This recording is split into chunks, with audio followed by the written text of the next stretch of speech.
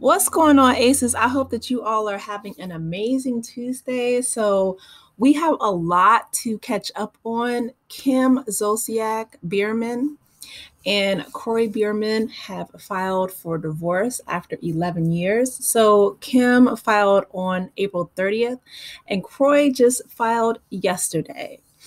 And this is about to be messy, y'all, because this is going back to their home going into foreclosure, and of course, them denying it, and her owing a whopping $1.1 million to the IRS for unpaid taxes, interest, and penalties from the years 2013, 2017, and 2018. And on top of that, they also owe the state of Georgia $15,000 for unpaid taxes in 2018. So let's go ahead and get into it. So as you guys may know, that Kim and Kroy, they got married on 11/11, and that's the date of their wedding. And Kim made this video, this rant on her Instagram where, she's showing her home, and, she's calling people crazy, saying that they were haters because her home had gone into foreclosure. But, Kim has been in the reality game for a while now. Their show, Don't Be Tardy for the Party, which is the title of one of her songs, that lasted on Bravo, that spinoff, I think like 8 or 9 seasons. So they made a pretty penny, and then Kroy was in the NFL. So they had some ducats in the bank, right? However, what was also shown was, Kim buying scratch off tickets by the thousands, her going to, the Bahamas and gambling. And not just a little bit, but she had lost and blown $250,000, $250,000, which was also, what she needed to pay back that American Express card. But that's huge. I can't imagine. I'm not a gambler, but I can't imagine, going to the Bahamas and spending that amount of money. Not to mention that, reality TV is great, but you don't get residuals from reality TV. And, with her husband being an NFL star, that career is really short lived because, it's so hard on the body, right? But I don't hear any, businesses or investments or, anything from, the Biermann family, the Biermann line, nothing that they could take that money and get on a return on their investment, right?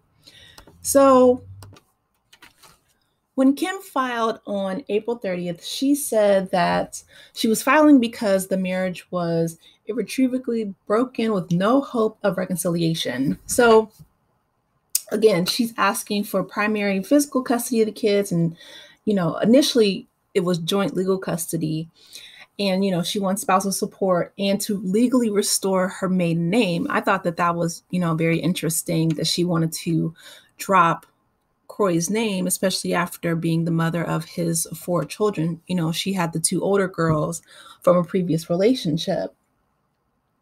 Well, what I recently found out from, just Kroy filing yesterday is that he wants the same thing, of course, without the name, but he wants that the kids stay with him, primary physical custody, and he wants spousal support from Kim, who has a, higher earning potential than he does since he's a retired NFL player.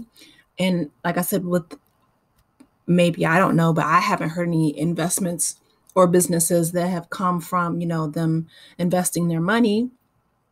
And I feel like if they had made smart investments, then they wouldn't be getting, their home foreclosed on and, getting divorced and things like that.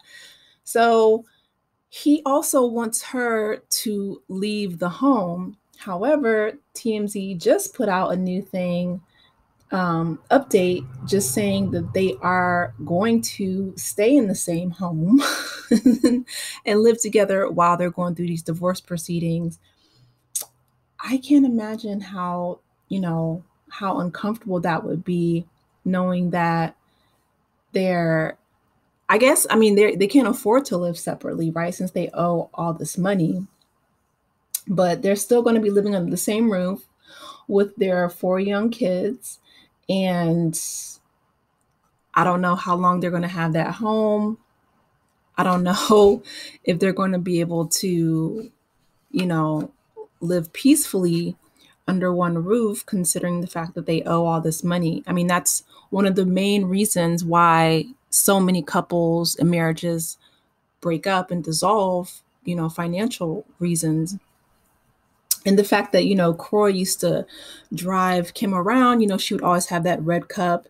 I mean, there's so much film and tape and and footage of, Kim doing questionable things that Kroy and his family could really pull out.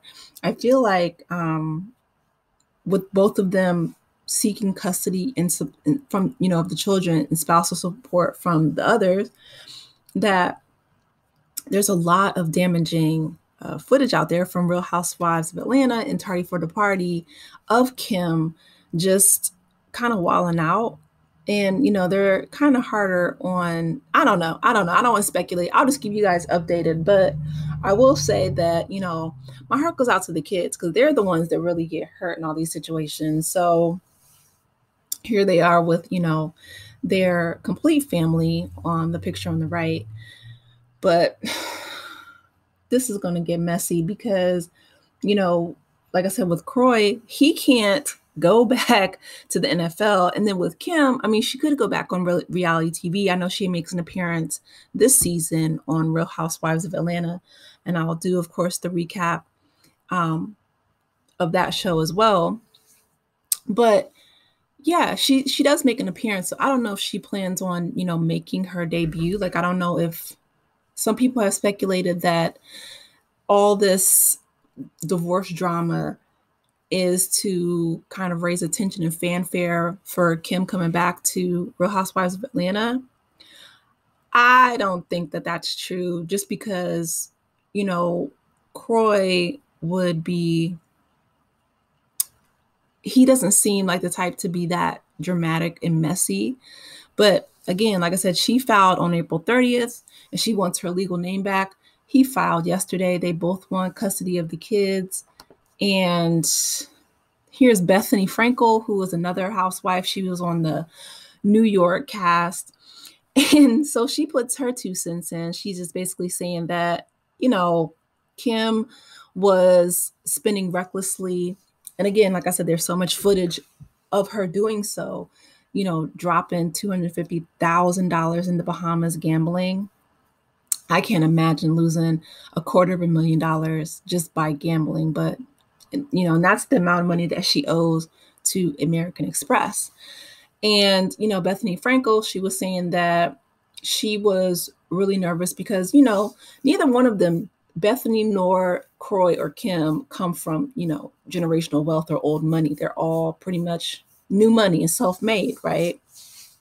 The only difference is Bethenny took that money and either created, her brand, the Skinny Girl, cocktails and things like that, or invested it back into her brand. So she is business savvy and she's a businesswoman, and her businesses have made her a nice return on investment. And that's what I'm saying. Like, I haven't heard Kim nor Kroy taking that money and doing anything with it other than blowing it on gambling in the Bahamas, or, I guess renovating their mansion. But again, with, Kim's video saying, oh, you guys are haters and, we're still going to be here and, we're still together. And like everything she said in that video has dissipated.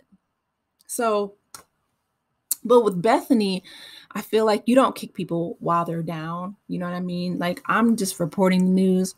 I think that the picture is really funny. I think that Kim has said, especially Kim and Kroy, during that last reunion that she was on the Real Housewives of Atlanta, when she went backstage with Andy, she definitely said and did some questionable things.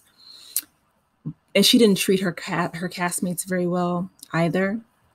But with Bethenny, I feel like, she could have just kept that. Like, she didn't have to come for, Kim and Kroy, because she was basically saying, the Real Housewives model is you get that check, you blow it on gambling or partying or stupid stuff, whatever. And that's what Kim and Kroy did. Unfortunately, they're reaping those consequences. And Bethenny, she has all the money in the world, but she's come for Meghan Markle. She's come after, Kim Zolciak. She just seems like a really unhappy person. So you can be a brilliant business mind and still not have your life together. Unfortunately for Kim and Kroy, they were happy together as long as the money was flowing in. But now that the money is gone, now they're gone. So anyway, you guys let me know in the comments what you think. Please be sure to like, share, and subscribe, and I will talk to you later. Take care, aces. Bye.